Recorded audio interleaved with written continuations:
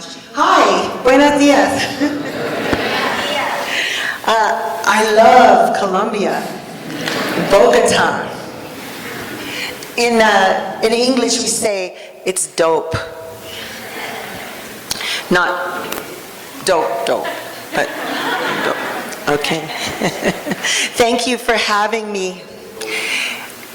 To come to whenever I'm in South America, it is very much to me like coming home in a sense for my own mind and ideology, because my philosophy is from South America. And so today I'm going to talk to you about my work and the work of Paulo Freire in critical pedagogy. And how many of you, did you see the movie we made? Am I a movie star? Am I okay? Did you understand most of it? Was it okay? How many of you had heard about Paulo Freire before you saw the film? Okay, that's nice, that's good. Good to hear. He lived a long life, a Brazilian, was originally a school teacher and working with very poor people in Recife in the north of Brazil. And he realized when he was talking them to speak and to write in Brazilian Portuguese, that what was important to these people was not writing and reading, but it was being able to see what was happening in the world. And he began to think about and start to create his philosophy. And so I want to talk today about how we read the world, no matter what our discipline, everything from medicine to engineering, to art, to music, to anthropology, to education, that as human beings, we have a responsibility to understand how to read the world. Not our world all the time, but the world that we're in. And to remember that we are in the world. The world is not around us. And that's an important distinction. I also think Bogota has some of the most beautiful murals in the world, so I hope I see all of them. So very quickly today I threw some Bogota murals in just because they're very beautiful. That's all. Please excuse my translations. I tried very hard, and then Nicholas checked my work as a professor and corrected it. So this is a little bit about Paulo Freire. Paulo was very important to the Brazilians, to the point that even when he became a lawyer, he got involved in the government in Sao Paulo, where he lived, and became an education minister. His politics fought against the dictatorship in Brazil, and he was put in prison. And after spending time in prison, he had to leave Brazil or he would have been killed. So Paulo spent a lot of his time in Cape Verde, in Guinea-Bissau, in the African islands, before he was able to come back years later to Brazil to continue his work. Paulo talked to us about how to be human beings, how to be teachers, how to be citizens of the world. And I knew him later in his life. I knew him the last 5 years before he died. And in a restaurant once, Paulo loved to eat. But he was a funny eater because he always put the frijoles on the bottom of the plate. And then he put the arroz on top. Do you do that in Colombia? Oh, I thought it was the other, because I put the rice on first and then the frijoles. So I teased him about that and told him, because America is the greatest city in the world, country in the world, that frijoles should always be on top of the rice. He had a terrific sense of humor. And I remember the first time I met him, he started to talk about love. Paulo had been married a second time because his first wife died. Am I talking too fast? Okay. His first wife died. and he never thought he would be in love again. And when he met his second wife, he started to think about his work and working with people, and how his love of his wife and his family, somehow that feeling was able to engulf other people. Now, if you've ever been in love before, I mean, really in love, don't you find you sort of love everything? Oh, what a beautiful shoe. What a beautiful table. Ah, I love the rain. When you're in love, the world is much more interesting and much happier. And he started to talk about it and call it radical love. And so when he discussed radical love, he wanted to make it for the next century. I met him in, I don't know, 92. He died in 97. He knew he was not going to live, he wasn't that young. And so he wanted to leave a legacy. And he talked about leaving the legacy of radical love.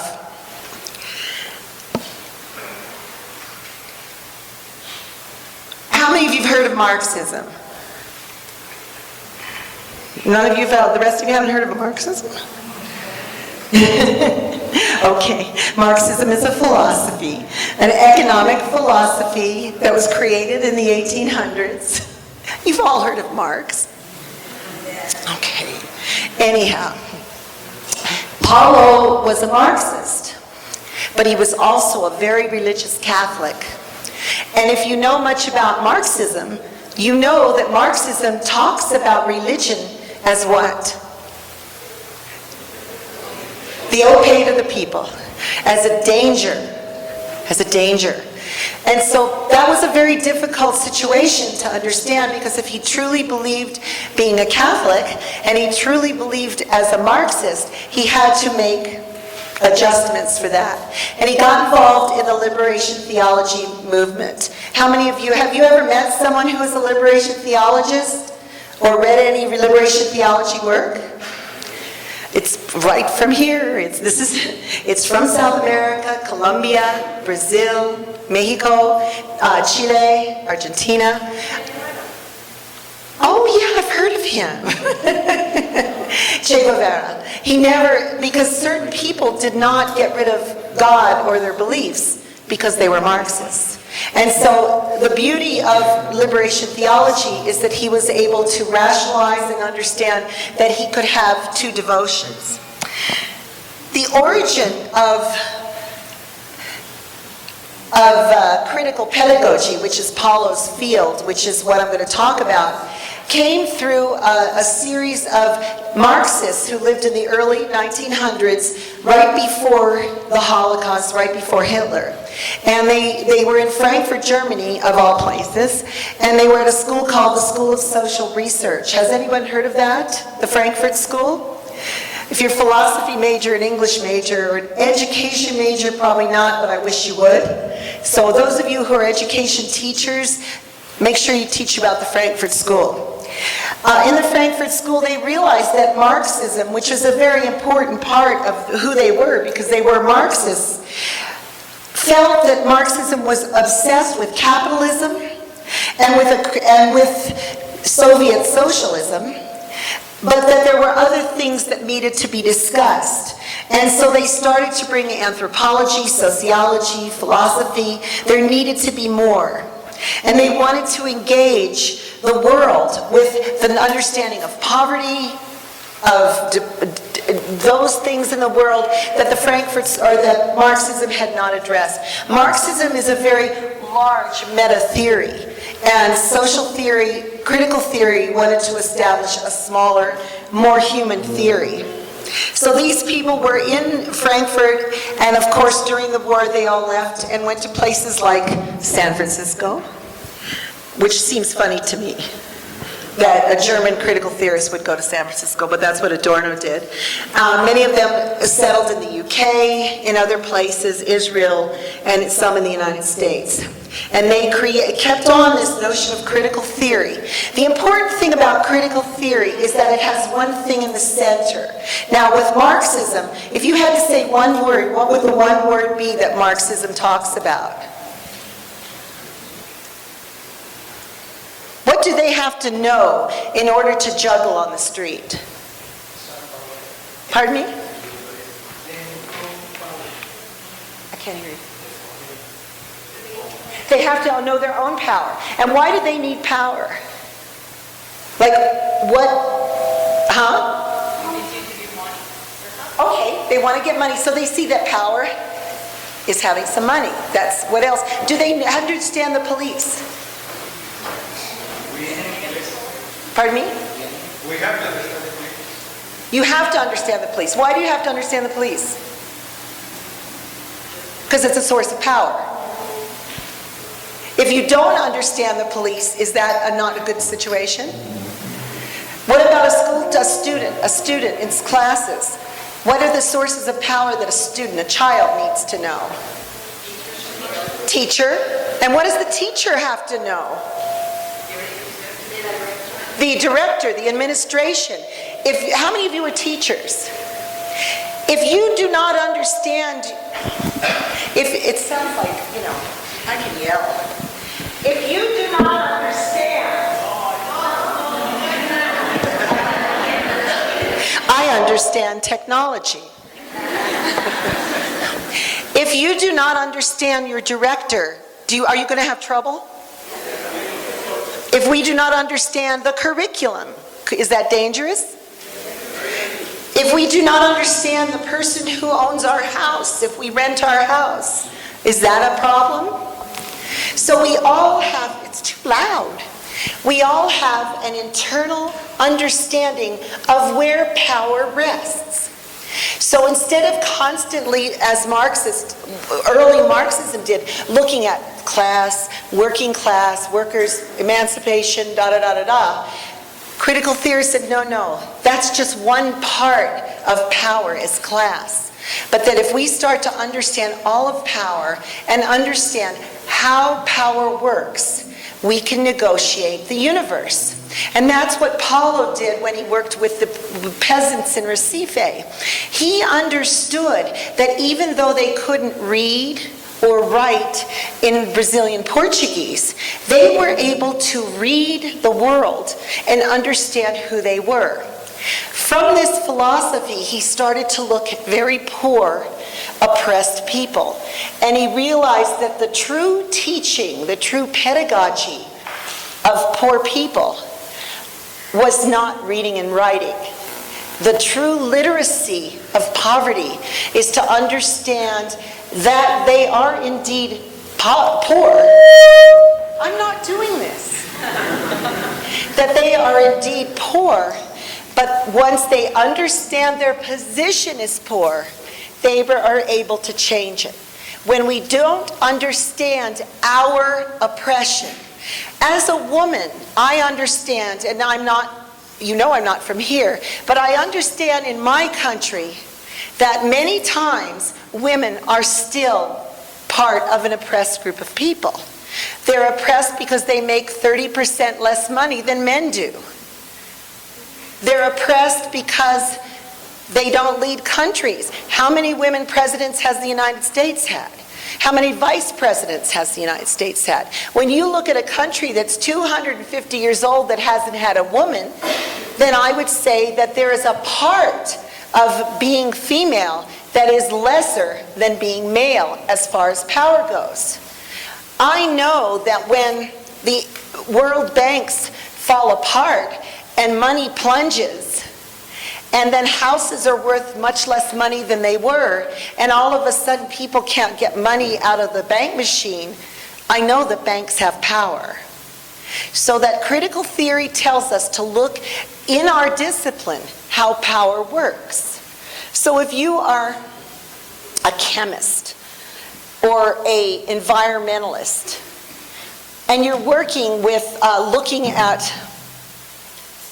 rainforest, and the loss of animals and insects and plants, you have to understand the economics of who's behind that. And you've got to go understand that corporate power is a very large power. Now, when Marx was writing, there wasn't corporate power. There was only one kind of power, and that was governmental power. And maybe if you were in certain Catholic countries, the church was incredibly powerful. But for the most part, Marxism was a very simple, brilliant, but simple theory, because at that time, power was located really in only a couple places. But power has now been replaced, and all the theorists before us never realized what media and corporate power would do. And so we have to understand that the use of critical theory today allows us to understand how power has changed our world. I think technology is a power that is the power that's over me. I understand that sometimes I can do things very fast, but other times it takes me a lot longer because of the power of technology. I know that bureaucracy is, to me, more complicated because of technology. Before it was a piece of paper and a pencil. Now I sound like an old woman. But now I have to go through 5 or 6 times on one form because I'm always doing it wrong. Because I own an Apple, and because Apple doesn't always use the forms that are made by Microsoft. So now you see that the power rests with 2 companies. And we have to understand which power we can use in order to access and make our world easier. So Paulo took this thought and applied it to poverty and disenfranchised people. In the notion of radical love, the idea of radical love, to me, is an important concept of looking at ways of seeing the world with basic needs. The relationships of basic needs, the ability to understand identity. How many of you find that the discussion of identity is becoming more and more important in the world? Absolutely. Absolutely. So as you said, power within ourselves, understanding identity becomes incredibly important. That's part of emancipation. Facilitating that is a part of a notion of radical love. It's not just teaching the curriculum. It's not just teaching how to work with power, but it's also teaching that deep empowerment, the ability to be emancipated, as Freire talks about, by understanding our own identity.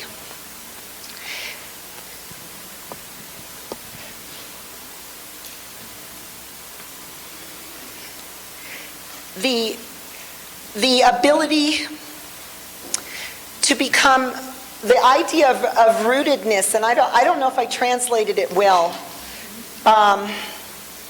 in Spanish. Do you see the 1, 2, 3, 4, 5 down? Is that rooted? Does that make sense? The ability to feel like we belong somewhere. And often in many of our countries, indigenous people, poor people, migrant people, immigrant people do not feel rooted.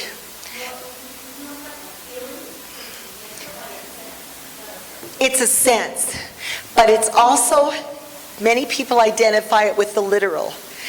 It's very, I was talking at the university yesterday, and I was saying that in Thailand and Vietnam, 2 countries where I've worked a lot, very crowded countries. But I find that most people feel very rooted. And I think it has a lot to do with Buddhism. I think their belief allows them that rootedness does not have to do with you and me. It has to do with what's in me. For us, that's a very difficult thing for our side of the world, because we have corporate influences, we have so many other influences, and most of the time we're unable to, it repulses itself. So that ability with love and the notion of the radicality of becoming a true human being, that ability to start to sustain ourselves with rootedness becomes very, very important.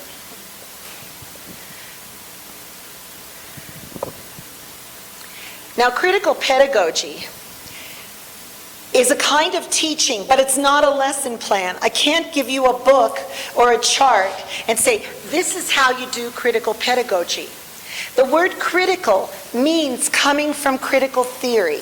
So when we use in our field, in education now, if we use the word critical, 90% of the time we mean understanding how power works.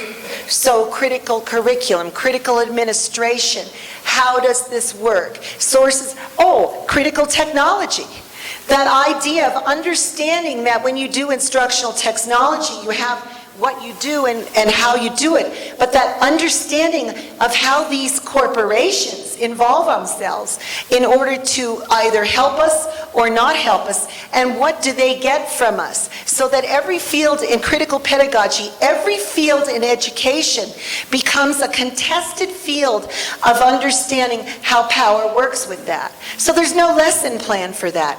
It is a theory, a philosophy, an ideology of education. It draws among thinking, it draws from feeling, it draws from intuition. The obvious central idea, once more time, is how does power work with education? How does it look at consciousness construction? How do we look at values? How do we look at knowledge? So many times when we talk about education, we're talking about learning, memorizing, and being tested. Is that knowledge? Or is that learning, memorizing, being tested? So critical pedagogy attempts to look at pedagogy, meaning the science of teaching. Critical pedagogy attempts to analyze and understand that knowledge, and insist that knowledge must be created. A permanent knowledge which goes into part of that rootedness. That we don't teach children and students to memorize and learn, we teach them to gain knowledge. So we as teachers facilitate knowledge. And some of those that are working the conference, just seeing how they wrote to me and how they corresponded and listening to their stories, and some of the students I've met today, that tells me that knowledge is happening. Not memorization. Not testing, but knowledge. And that should be the attempt of all teaching and all pedagogy.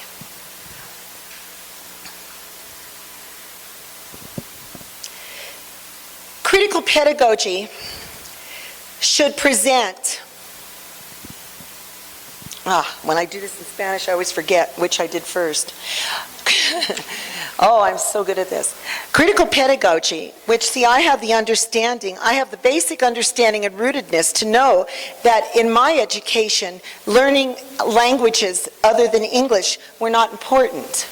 Now, I was raised in Los Angeles, and so we had Spanish all growing up, but there was not an insistence on sustaining, because it was always Spanish was the other language. English was so important. And now, of course, in my hometown, I wish I had Spanish instead of English. And I wish in addressing people of the world, because I find that Spanish-speaking people very often have much more interest in understanding critical pedagogy, because I believe that many other countries are not as insistent on a corporate capitalist model of education. Which is why other countries are so poor, because the corporations aren't paying for education like they do in my country. So when we talk about the characteristics of critical pedagogy, the ideas of what exactly is going on, we look at how radical love can inform it. And we look at a social and environmental educational vision of justice and equality. The idea that there is an anti-racism, a class bias, anti-class biasness, a problem with homophobia that must be addressed, that we acknowledge that there are different hatreds, that there are fears, and we talk about that. Paulo Freire was very, very much a proponent of dialogue, conversation. Why are you afraid of a black person? Well, because I'm talking as an American. Well, because all their cities, there's always shootings. Well, do you find that black people threaten white people? Well, no. But why are you so afraid? Well, because I watch CNN. Because I watch all those movies. I know what goes on. Well, have you ever met I'm African American? No. Well, what makes you think that all African Americans have a violent streak? Well, but I saw that. I listen to all this stuff. I see all this stuff. But do you know this? So critical pedagogy teaches us to become literate, to listen, and that's where you hear a source of power. But you just saw that? You just heard that? Do you know that? And it goes back to that idea of rootedness, one's own experience. Is that your intuition, or is that some knowledge, this stuff that you've been told to think? Right now, we're involved in a war of knowledges in the United States. And we don't know what we're doing. But that war of knowledges is about words, but words are only things that float.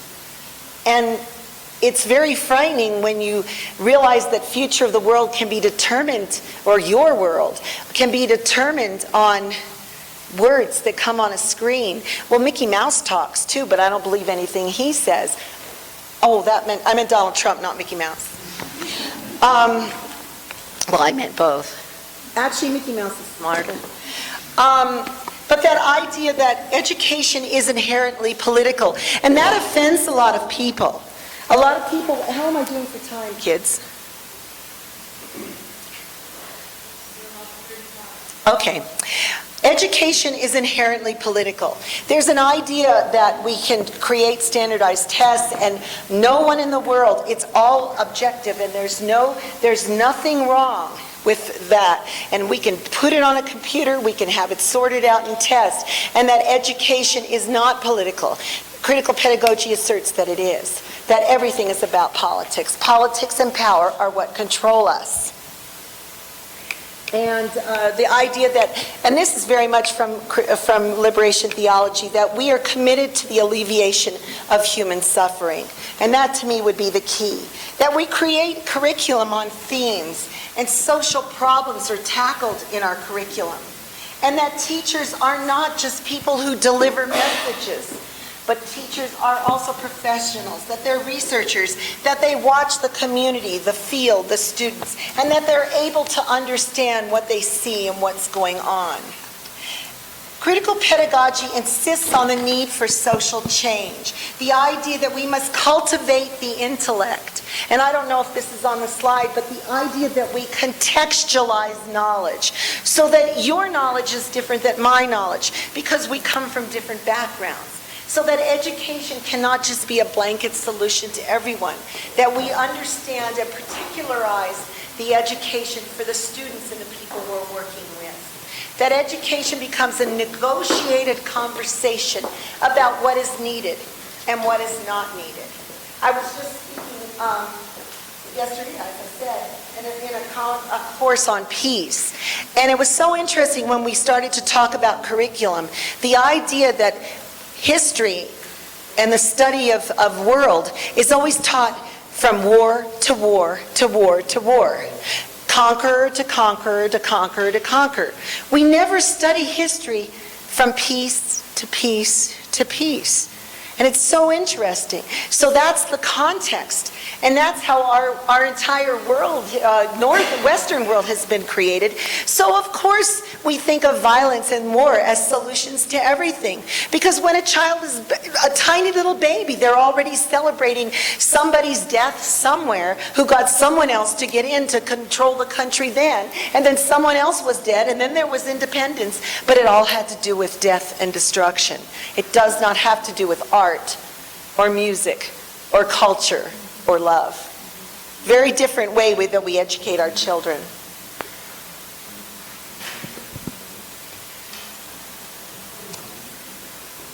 So what do we do now, kids? What do we do now? We are at a crossroads. Right now we have schools being bought by banks. There's places in Philadelphia where most of the schools are run by corporations, not by educators. There's not a commitment to social justice, and yet we don't talk about the fact that a school is where ideology evolves. How do we talk about that? I believe that it's time to move critical pedagogy, that we need to evolve criticality, understand how power works, stop centering the West as all knowledge. There is no greatest country in the world. It doesn't exist. Our country, where we are, should be our greatest country. We should not be told that someone else is the greatest country. Nobody in here is going to tell me that Brad Pitt is the best actor in the world. He might be your best actor, but he's not mine.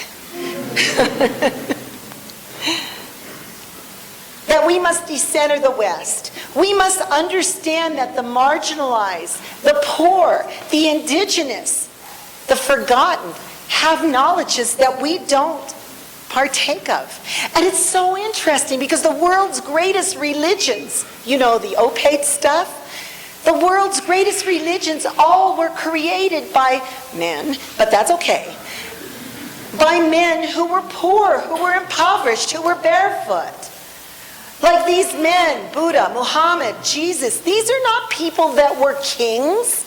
These are not people that were princes. These were poor people of the people. How can we be of a religion or a group of someone who believed the poor were the most important when the poor are the least important in our lives? That's really what radical love is. We must talk to other people. We must do what this conference is doing. We must have global networking and listen to each other. Radical love is back again to the rootedness and the self. It's often very easy to love someone else and very difficult to love ourselves. I think if evil people loved themselves, they probably wouldn't be evil. I'm really convinced of that most of the time. I'm sort of convinced of that. If people are still human, I don't think if they have love in their heart for themselves as well, that they would commit the things and atrocities that happen. It's about self-respect. It's about affirming who we are and understanding the power that is important for us. I believe that we need to create radical and critical friends. And when I teach, I have my students form critical friends groups. It's not a study group, it's a critical friends groups. It's a support group, it's a traveling group, it's a networking group. And when I meet students, I want them to if I meet you and if you don't like me, don't contact me. But if you like my work, if you want to hear something, or if you want to teach me something about you, I want to know that. I believe that a teacher needs to constantly want to hear from students because, of course, a good teacher knows that we learn more from our students than they get from us. But I want to have a network, a global network of people who are engaged in healthy ways of living, not in unhealthy ways of living. I think you have to be funny. Paulo Freire was one of the funniest people I've ever known. Ivan Illich was a funny person. People are funny. Just because you're Foucault or, I don't know, somebody else, Cervantes, he might have been funny, Lorca, I don't know. Che. You have to have a sense of humor. If we do not laugh at ourselves, we can't have love about ourselves. If we can't have a sense of humor is the way that indigenous and poor and marginalized people are able to take themselves out of it. Sometimes humor is the one thing that can get us through. So be serious, but don't be too serious. That's the thing about Marxism, vulgar Marxism. Everybody's so serious with their long beards and their cigarettes and their beer. Just chill. It's okay. Dance. Listen to loud music. Paint graffiti. Listen, have color. Make life worth living. Just because you believe passionately. Have sex. Drink. Smoke a joint. Not cigarettes, they kill. The other thing is humility. Humility. Jesus, Muhammad, Buddha, Krishna. These are people of humility, not people of ego. We need to emulate humility. You can have confidence. It's okay to have confidence, but be humble about your confidence. Let someone else be greater than you. Give that to someone. Don't, people like Nelson Mandela, Paulo Freire, Frida Kahlo. I don't think these great people always talked about themselves. How could they become interpreters of the world if they didn't watch the world? I think they listen. I think we need to listen and to have humility. So have confidence, but have humility. I think that's almost it. Be there for each other. That's a part of radical love. And do not take credit for it all the time. Support each other in writing and scholarship. Engage those that are not working as well or that are uncomfortable. I know that working as a professor, when women come back to school, maybe at 40 or 50 years old, it's sort of like they'd say, well, I've done nothing all this time, and now I'm back at school, and I know I'm so stupid. And it's like, but they know the world. My girls, many times female students will raise their hand, and I don't know if this happens in Colombia, but they'll say, this is a stupid question. Are you kidding? I'd like to hear a man say it's a stupid question. But that's something that we're taught as women, that our voice isn't important. So be with people, encourage them, and say, your question's not stupid, thank you. Thank you for having a question. We support, we write letters, we name when we see something going wrong. We don't just stand by. Now I'm going to sort of stop, and I want you to talk. I want you to ask me questions or just tell me stories. That's just a pretty picture. We need to be critical friends. So for the last few minutes, let's just talk. Who's coming up to arbitrate? Christina? Christina. So in Spanish or English? Do you want this? I hate it.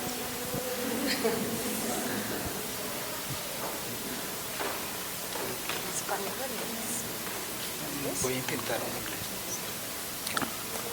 Buenos días a todas y a todos.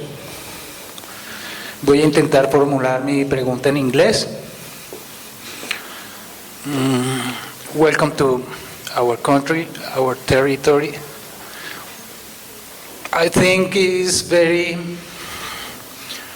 paradoxical to try to design an educational system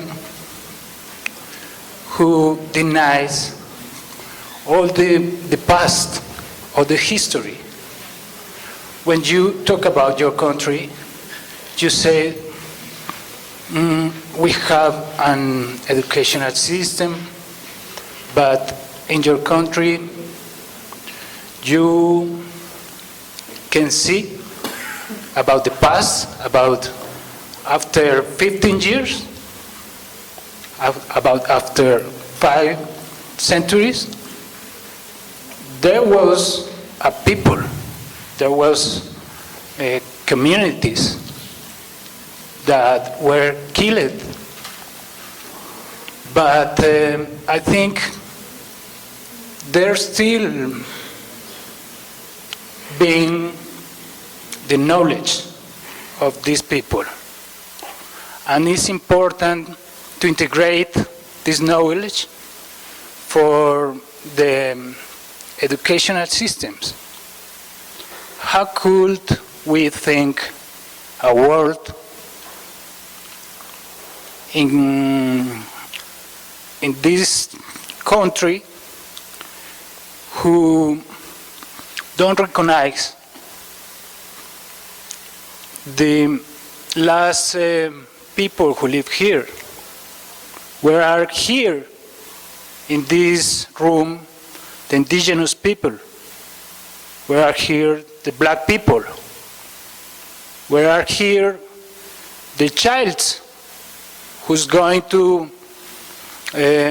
have to accept the system, the educational system that we are going to give them?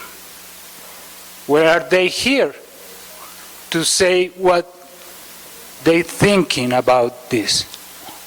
What they thinking about learning, what they want to learn, what we want to learn. I think we, from here, from Bogota, from Bacata, one of the people who's been here who knows Muiscubun is our language in this territory, in Bacata. We are Muiscas. Muiscas is a category that the foreign people invented to just, I think the question is, how could we build a new system who don't include the indigenous, the black people, the childs, and the other people who are not represented here? Thank you. Really excellent question. Really good question. And I think a core question for people in the Americas. In the Americas of North, South, and Central America, that our worst failure is how the indigenous first people of our country have been treated, our countries. And all three geographic areas have the same, I don't want to say it's a problem, because these people are not the problem. Our dominant culture is the problem. And that's where we get into that idea of decentering the West, meaning the Americas, as being the best knowledge. That is not the best knowledge. It's ironic that pharmaceutical companies and other companies come to South America and steal and destroy to take products for drugs, yet do not talk to the wise medicine people in the indigenous cultures that could inform and help and sustain the plants so that they're not destroyed but can continue growing. It's incredible. It's incredible that when we organize schools in our countries, no one talks to kids. Well, whoever talks to a child about education? Who's more of an expert on schools than a kid in school?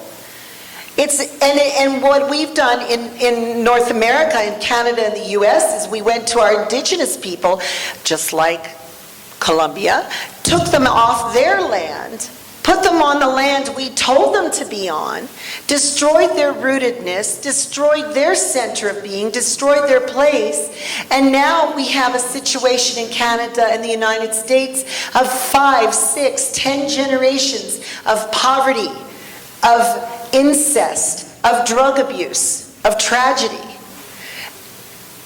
It's more than just giving indigenous people some money. It's more than giving them shelter. It's about that core of who we are, understanding the knowledges from Africa, understanding the knowledges from indigenous people, understanding the knowledges that people who have practiced medicine for thousands of years may have. And we don't have that conversation. And I don't know what the answer is, but I guess I would say one answer is to go to the people and have a conversation. And it's different than, oh, I'm going to go one day a week over to the group of people you talked about, and I'm going to come, and I'm going to bring some colors and paint, and I'm going to and I'll bring them some bread for their family, and at Christmas maybe I'll bring them 2 loaves of bread. And then we go out and then we say, oh, how sad, this is so terrible, and we go on.